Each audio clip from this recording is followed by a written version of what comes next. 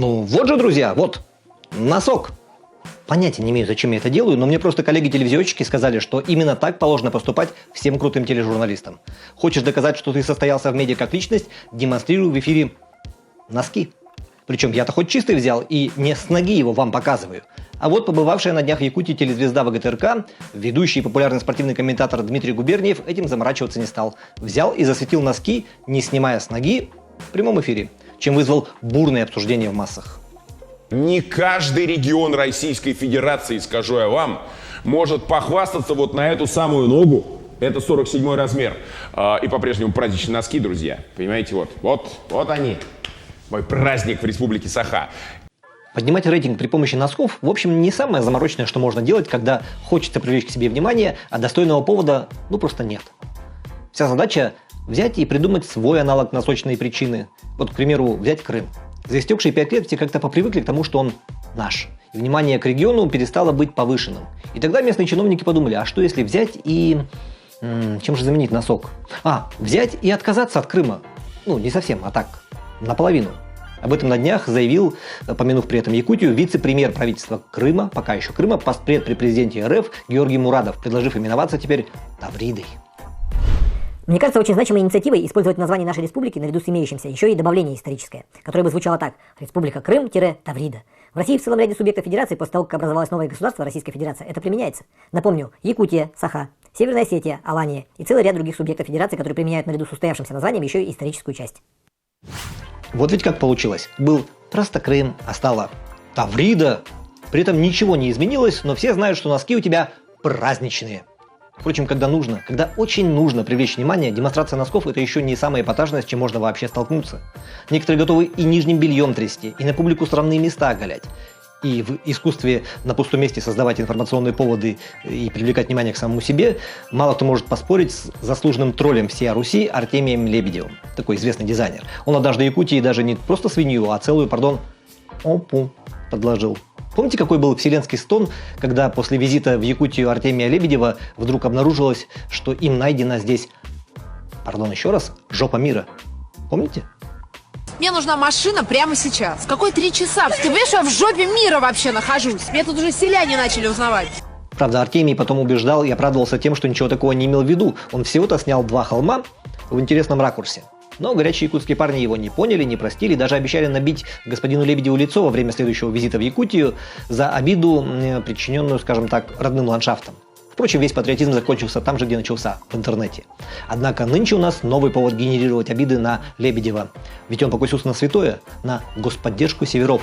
Лебедев предложил поддерживать комиксы вместо... Да вы послушайте, вместо чего. Правда, много слов, но из песни слов не выкинешь. Очень жалко, что должность министра культуры в Российской Федерации занимает настолько безграмотный, некомпетентный и необразованный человек. Не разбираться в каком-то вопросе не стыдно, но высказывать свое мнение о том, в чем ты ничего не понимаешь, должно быть очень стыдно взрослому человеку, а тем более министру культуры, который вообще не удосужился хотя бы немного посмотреть, что такое комиксы. Почему это величайший пласт культуры и его отдельно надо поддерживать?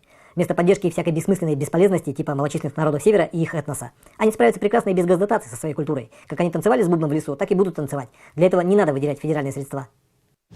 Из этого заявления вполне очевидно следует, что господин Лебедев сильно отстал от жизни.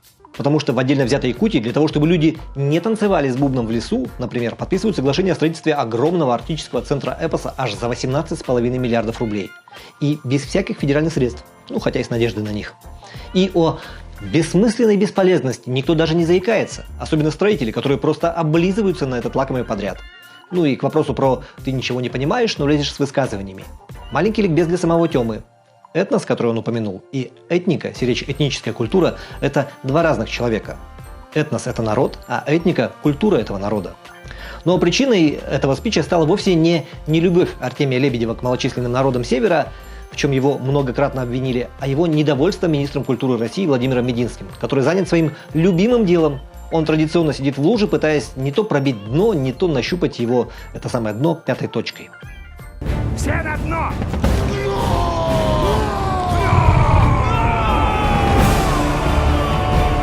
Мы понятия не имеем, какая муха укусила господина Мединского, может быть, у него просто носка под рукой не оказалось, но так или иначе он действительно обрушился с критикой на такой формат литературы, как комиксы.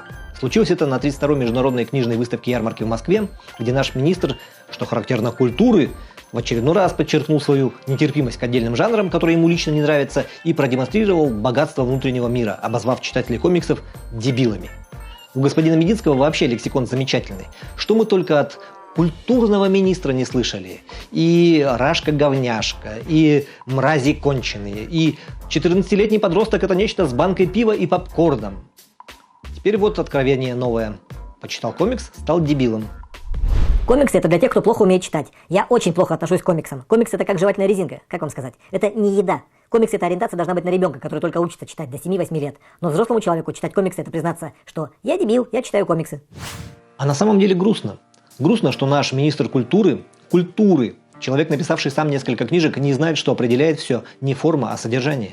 Что культура комиксов куда более многогранная и сложная, чем он себе представляет.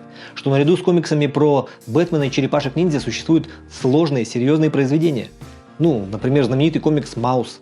Мощнейший антифашистский памфлет, получивший Пулитцеровскую премию. То есть самую престижную премию в мире в области литературы и журналистики. Или комикс «Ви, значит, Вендетта», ставший культурным феноменом.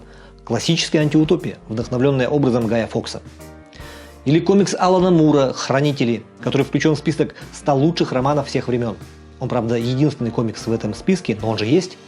Один из лучших беллетристов современности Нил Гейман пишет сценарий к комиксам «Сэндман» или «Песочный человек», которые выходят в так называемой серии для интеллектуалов. Ну или интеллектуальных дебилов, по версии нашего министра культуры. Ну, вот такой у нас господин Мединский воин. Воин за наше культурное развитие. В тебе дух воина. Из тебя выйдет достойный соратник в битве с Ронаном. Открой же цель твоей вылазки.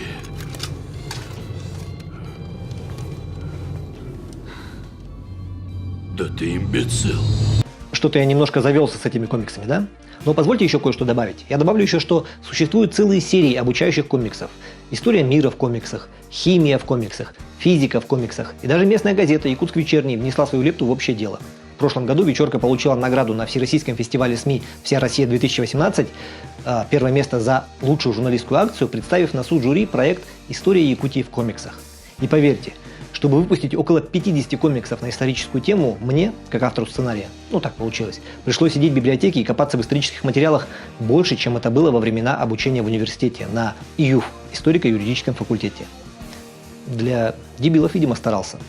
Но бог с ним, с министром понтов и фени. Давайте дальше, так сказать, ближе к жизни. А что у нас ближе к жизни, чем ЖКХ? Тут вот бывший директор МУП «Жилкомсервис», депутат Гордума Андрей Лебедев, комментирует комикс со своим новым назначением. Очень прям занимательно. Да, я помог завалить мусорную реформу в Якутске. Обеспечил предприятию невзыскаемую дебиторскую задолженность на 105 миллионов рублей. Могу стать фигурантом уголовного дела о нанесении имущественного ущерба городу. Одним словом, я идеальный кандидат, чтобы работать на республиканском уровне. Возьмите меня в ГУП ЖКХ РСЯ. Ой, ладно. Ну, немножечко соврали. Вас же все равно не обманешь. Ничего такого Андрей Лебедев, конечно же, не заявлял. То есть он мог бы заявить об этом в какой-нибудь альтернативной вселенной, где все говорят только правду и ничего кроме правды. Но в нашей вселенной, в отличие от комиксов, так не бывает. Поэтому Андрей Лебедев просто молча взял и вышел на новую работу. Еще в прошлую пятницу. А вышел он в ГУП ЖКХ РСЯ коммункомплектация. Ну а что, человек всей своей трудовой биографией, особенно за последние пару лет, доказал, что обладает всеми необходимыми компетенциями для работы по профилю. А главное, у него диплом есть. А бумажка по нынешним временам – определяющий фактор. Поймают, вали все на меня, я отмажу. У меня справка есть, я контуженный. Впрочем, если уж так нестерпимо хочешь привлечь к себе внимание, есть вещи более простые, чем заваливать целое муниципальное предприятие, и более эстетичные, чем демонстрация в прямом эфире полосатых носков. Кстати, я вообще не заплатил ли за это дело Билайн? Я говорю о благотворительности. Вот сейчас официальные СМИ умиляются решению Сергея Иванова-младшего, главы компании «Алроса», пожертвовать часть своей ежегодной премии в целевой фонд будущих поколений. Сумму, правда, при этом не разглашают, видимо, чтобы не травмировать народ размерами премий топ-менеджеров алмазной компании. Но очевидно, что она значительная. Раз уж сам директор фонда будущих поколений Сергей Местников комментирует это событие. И словом, и делом, а главное личным примером Сергей Иванов показал важность поддержки социальных программ, сделав безвозмездную помощь в общеполезных целях. И этот благородный поступок он совершает не впервые. Также в 2017 году и в декабре 2018 года он из своих личных средств делал пожертвования в поддержку социальных проектов для детей, инвалидов и незащищенных слоев населения. Это мудрое решение можно назвать настоящей добротой, учитывая, сколько реальной помощи было и будет сделано для будущего Якутии. Жертвовать детям – это хорошее и благородное дело. Честно, я бы тоже был растроган. Вот еще бы Сергей Сергеевич Иванов, так трепетно относясь к Якутии и ее людям, не принимал бы решений, которые лишают эту самую Якутию и ее людей дополнительных и, что немаловажно, регулярных поступлений в бюджет. Например, не переносил бы АУП, административно-управленческий аппарат, в другой город за пределами Якутии, не упразднял бы дочернюю компанию Алроса-Нюрба, до недавнего времени прибыльную, фактически кинув ее миноритарных акционеров, не закрывал бы офис компании в Якутске, демонстрируя свое отношение к региону, заплатил бы, не чинясь, за ущерб, нанесенный прошлогодней экологической катастрофой на Эри-Ляхе. Понимаете, вот эти вещи, они не перебиваются однократным пожертвованием премии. Ой, простите, части премии. Хотя вот так вот говорить после того, как человек пожертвовал детям, ну это, наверное, нехорошо. Господа, вы звери. А вот другой пример привлечения внимания широким жестом. Арсен Томский, глава компании Синет Групп, владеющий в том числе порталом ЕКТРУ, принял решение выйти из руководителей пресловутого портала и даже передать свою долю коллективу. В качестве причины Томский назвал большую занятость. Ему необходимо сосредоточиться на управлении и развитии уже международного IT-проекта InDriver. Для Якутии это важная новость, поскольку портал ЕКТРУ является одной из ведущих медиаплощадок в республике и старается сохранять при этом независимость и объективность. Впрочем, последнее Томский обещал контролировать, несмотря на выход из руководства. Я буду и далее всемерно и твердо защищать портал, его сотрудников, независимость и объективность его содержания. В том числе я сохраню 1% в качестве блокирующего пакета в ЕКТРУ, чтобы исключить попадание в будущем пакетов акций в руки властей или бизнеса, которые могут захотеть использовать портал в своих интересах. Без моего согласия передача акций в третьи руки будет невозможно. Мы создадим общественный совет ЕКТРУ, в который пригласим представителей ДП-1, мэрии, ряда СМИ и других организаций, который будет нацелен на развитие портала и наличие открытого канала обратной связи. Что ж, будем надеяться, что все у него получится. Сегодняшнюю жизнь в Якутии просто сложно представить без такого явления, как портал ЕКТРУ. Но вернемся к тому, с чего начали. А начали мы этот выпуск с носка журналиста Дмитрия Губерниева. И им же, в смысле Дмитрием Губерниевым, а не его носком, закончим. Будучи в гостях в Якутии, федеральная телезвезда прямо-таки сыпала афоризмами. И один из них получился особенно удачным. Его просто нельзя не процитировать. Сами зацените. Мы – огромная страна, Российская Федерация, и мы должны смотреть не только на расстоянии 6000 километров, но еще чуть дальше собственного носа. Слушайте, ну хорошо же сказал. Очень жизненно. Вот умеет человек слова. Безусловно, здорово смотреть на ситуацию с высокого насеста, прозревать ее на тысячи километров вглубь и вширь, оперировать даже не миллионами, а миллиардами. Но при этом очень, вот просто ужасно хотелось бы, чтобы те, кто принимают решения, видели, что происходит у них прямо под носом. Потому что простых людей, ну знаете, которые читают комиксы, если в охотку, слушают этнику и благодарно аплодируют за танцы с бубном, заказывают воду в бутылях, потому что в реках нагажено, в том числе той же Алросой, и регулярно слышат в ответ на свои чаяния: в бюджете денег нет, а потом читают в СМИ про 18,5 миллиардов рублей на культурные амбиции. Одним словом, нас, как конкретных нас, как-то больше интересует именно вот это, то, что происходит у власти под носом, с конкретными нами. Это были «Говорящие головы», меня зовут Виталий Обедин, увидимся на следующей неделе. Пока.